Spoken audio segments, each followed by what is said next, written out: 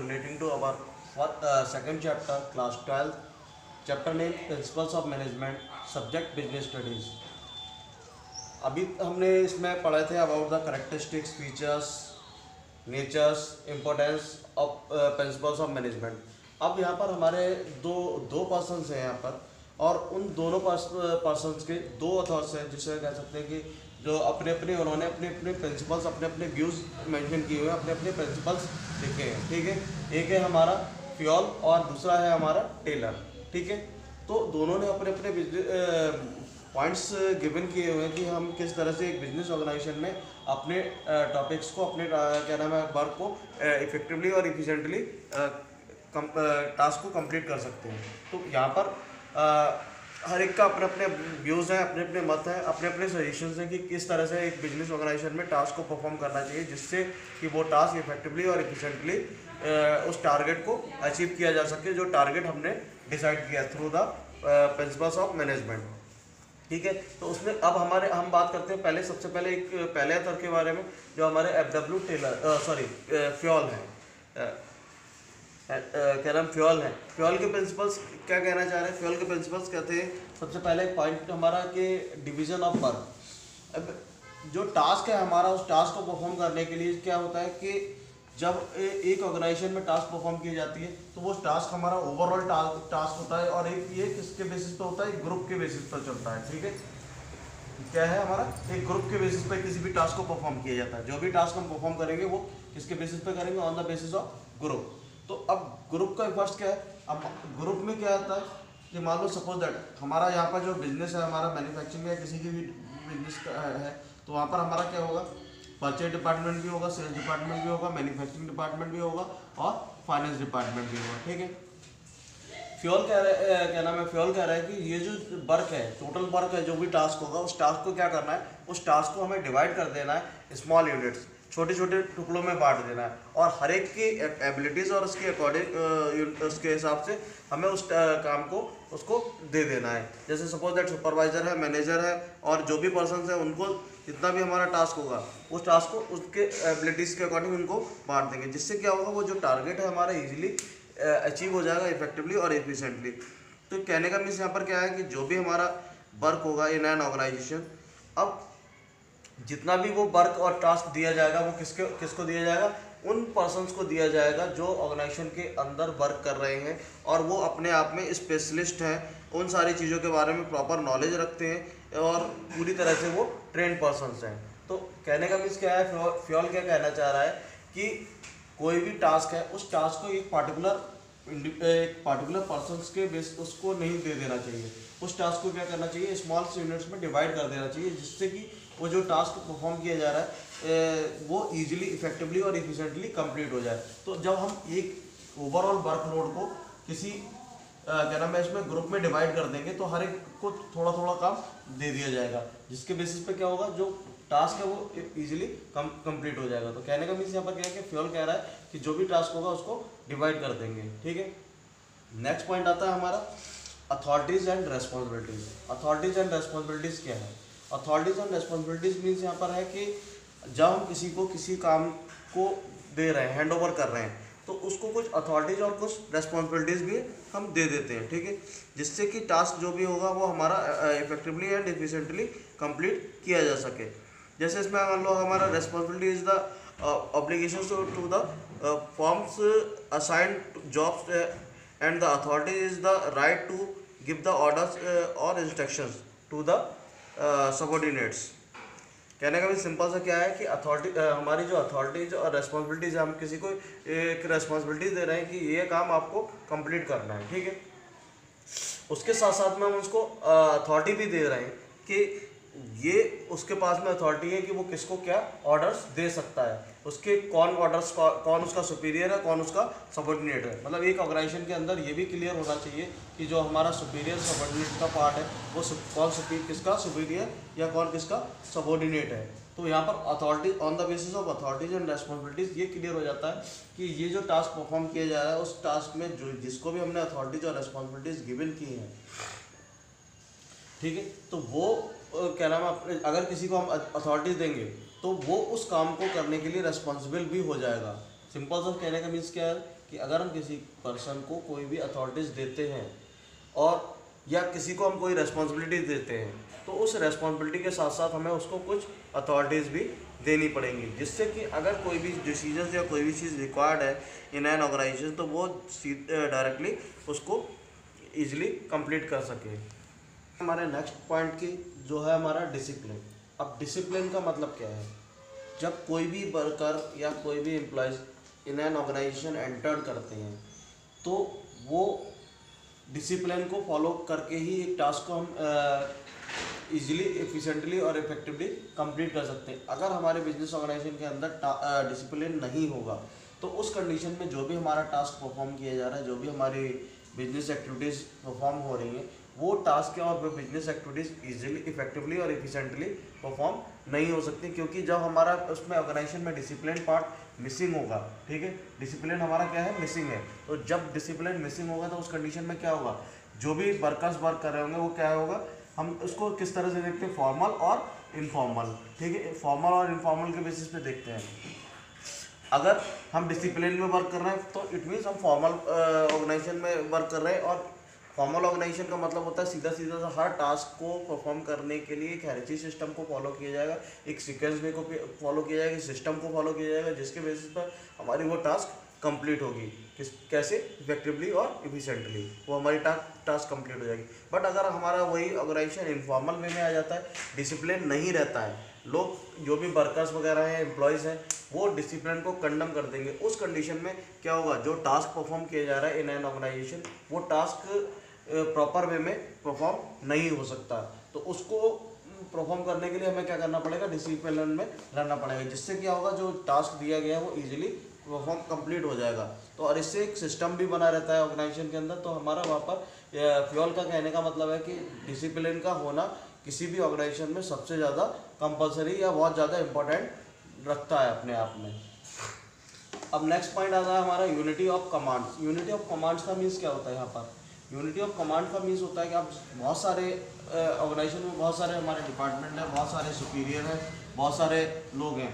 अब यहाँ पर क्या होता है कि अगर हमें पता नहीं है, हमें से मीन्स वर्कर्स को पता नहीं है, एम्प्लॉयज़ को पता नहीं है कि हमें ऑर्डर कौन देगा, हमें किससे इंस्ट्रक्शन लेने हैं और किसके ऑर्डर्स को हमें फॉलो करना है, किसके इंस्ट्रक्शंस को फॉलो करना है, तो उस कंडीशन में क्या होगा, मान लो यहाँ पर दो सुपीरियर है, ए एंड बी। तो जब दो सुपीरियर है, सपोज दैट ए एक सुपीरियर है, बी एक सुपीरियर, दोनों यहाँ पर सुपीरियर है, ठीक है। अब बी भी सुपीरियर है और ए भी सुपीरियर, दोनों सुपीरियर का मतलब सीनियर्स हैं हमारे, ठीक है। यहाँ पर जो वर्कर्स हैं अब कंफ्यूजन में रहते हैं कि ये इसके ऑर्डर को फॉलो करें या फिर इसके ऑर्डर को फॉलो करें। तो यहाँ पर कहने का मीन्स क्या है कि यूनिटी ऑफ कमांड का मीन्स क्या है कि सबऑर्डिनेट्स को ये कंफर्म होना चाहिए, ये पता होना चाहिए कि जो उनका सुपीरियर कौन है और किसके ऑर्डर और इंस्ट्रक्शंस को वो फॉलो करेंगे, जिसके बेसिस पर ये उनको प्रॉपर नॉलेज हो जाएगी। तो उससे क्या होगा, जो टास्क है हमारा, मान लो ए आकर के अपनी बातें बता करके चला जाता है, बी आकर के अपनी बातें समझा करके चला जाता है, तो यहाँ पर कन्फ्यूजन किसके लिए क्रिएट होगा, फॉर द वर्कर्स। जब जो भी वर्कर्स वर्क कर रहे हैं इन एन ऑर्गेनाइजेशन, उनके लिए कंफ्यूजन क्रिएट हो जाएगा कि वो किसके बातों को फॉलो करें, ए की ऑर्डर और बातों को फॉलो करें या बी के ऑर्डर और बातों को फॉलो करें।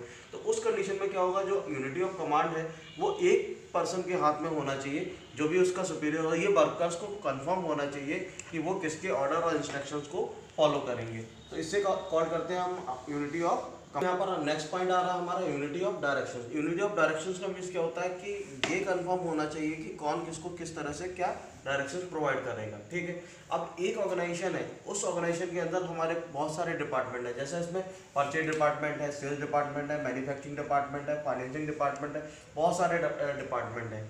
इन बहुत सारे डिपार्टमेंट्स में से अब जो हर डिपार्टमेंट की अपनी प्लान्स एंड पॉलिसीज होती है। परचेज डिपार्टमेंट अपनी प्लान्स एंड पॉलिसीज रखता होगा, सेल्स डिपार्टमेंट अपनी प्लान्स एंड पॉलिसीज रखता होगा, मैन्युफैक्चरिंग डिपार्टमेंट अपनी प्लान्स एंड पॉलिसीज रखता होगा, और जो फाइनेंस डिपार्टमेंट है वो अपनी प्लान्स एंड पॉलिसीज रखता होगा।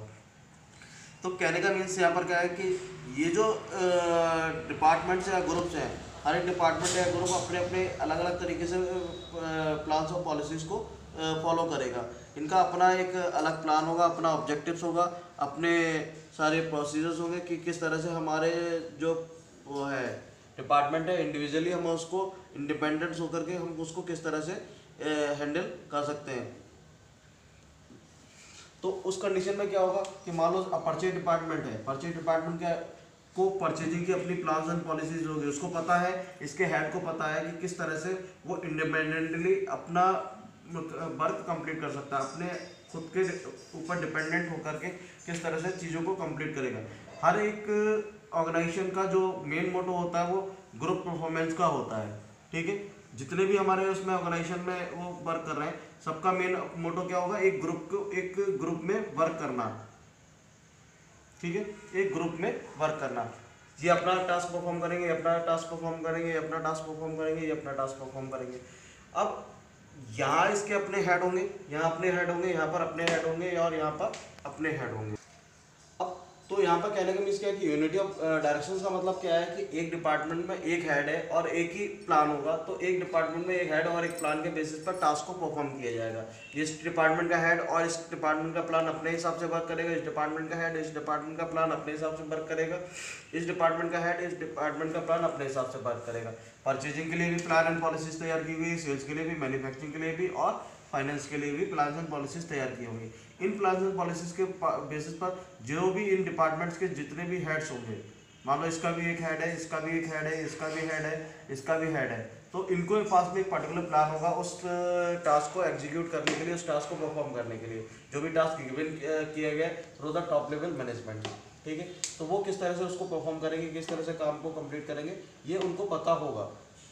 तो अपने बेसिस पर हर एक को वो होगा कि इनको पता है कि हम किस तरह से उसको डायरेक्शंस प्रोवाइड कराएंगे जो भी अकॉर्डिंग टू प्लान, ठीक है। नेक्स्ट पॉइंट आता है subordinates of individual interest to general interest. अब देखो यहाँ पर इंडिविजुअल इंटरेस्ट का मतलब क्या हो गया, इंडिविजुअल इंटरेस्ट का मतलब हो गया कि एक पार्टिकुलर पर्सन से रिलेटेड इंटरेस्ट, ठीक है, और जनरल इंटरेस्ट का मतलब हो गया ये ऑर्गेनाइजेशन से रिलेटेड इंटरेस्ट। ऑर्गेनाइजेशन से रिलेटेड इंटरेस्ट का मतलब क्या होता है, किसी भी ऑर्गेनाइजेशन के अंदर जब हम एंटर करते हैं तो हमारा मकसद क्या होता है कि हम उस ऑर्गेनाइजेशन के लिए काम करने के लिए गए हैं, तो हम जो भी काम करेंगे वो उस ऑर्गेनाइजेशन के लिए करेंगे। वहाँ पर हमारा अपना पर्सनल इंटरेस्ट खत्म हो जाता है, हम लोगों से पर्सनलाइज नहीं होंगे, लोगों से यारी दोस्ती नहीं निभाएंगे।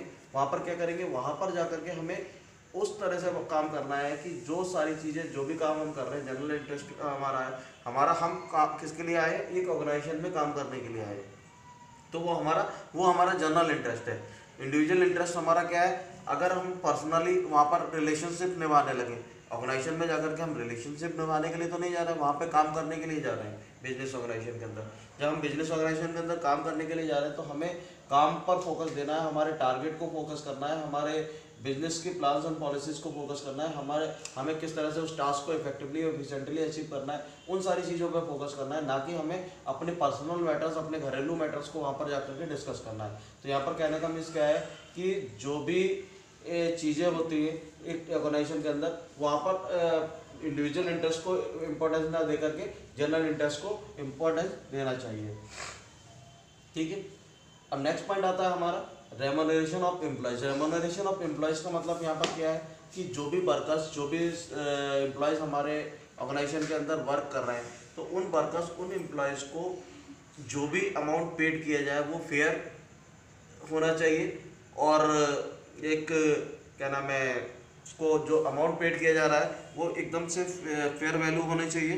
कि जो रेम्यूनरेशन हम एम्प्लॉयज़ को पे कर रहे हैं वो फेयर रेम्यूनरेशन होना चाहिए, रीजनेबल रेम्यूनरेशन होना चाहिए, और क्या नाम है उसका कि इक्वल रेम्यूनरेशन होना चाहिए। सपोज दैट कि हमारे यहाँ पर मैंने भी बताया था परचेज डिपार्टमेंट, ये परचेज डिपार्टमेंट का हेड है, ये सेल्स डिपार्टमेंट का हेड है, दोनों के दोनों अलग अलग डिपार्टमेंट के हेड है।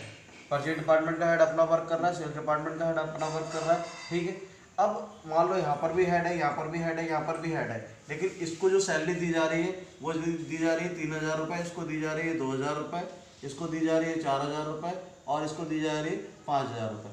तो जब सारे के सारे डिपार्टमेंट्स में जो जितने भी हेड्स वर्क कर रहे हैं वो सभी हर डिपार्टमेंट अपने अपने डिपार्टमेंट के हेड है, ठीक है। अब इसका काम इससे इसके काम में हम काम तो सिमिलर ले रहे हैं, एज ए हेड सबसे काम ले रहे हैं, तो जो इनका रेम्यूनरेशन होना चाहिए वो हमारा इक्वल रेम्यूनरेशन होना चाहिए। कहने का मीन्स यहाँ पर क्या है कि अगर इसको 3,000 दिया जा रहा है तो इसको भी 3,000 मिले, इसको भी 3,000 मिले, इसको भी 3,000 मिले। अगर इसको 5,000 दे रहे हैं तो इसको भी 5,000 दें, इसको भी 5,000 दें, इसको भी 5,000 दें। तो यहाँ पर जो रेमोनरेशन आ जाएगी वो फेयर रेमोनरेशन होनी चाहिए विद द एम्प्लॉयज़, कि ये ना हो कि किसी के साथ हम पार्शियलिटी कर रहे हैं, किसी को पैसा ज़्यादा दे रहे हैं, किसी को सैलरी कम दे रहे हैं, किसी को सैलरी ज़्यादा दे रहे हैं। जब हम एक ऑर्गेनाइजेशन के अंदर सभी से बराबर काम ले रहे हैं और बराबर काम लेने के बेसिस पर हम काम को कर रहे हैं, तो उनको पेमेंट भी हम उसी तरह से करेंगे। ये कॉल किया जाएगा हमारा remuneration of the employees. Workers हमारे यहाँ वर्क कर रहे हैं, उनको किस तरह से हमें रेमोनरेशन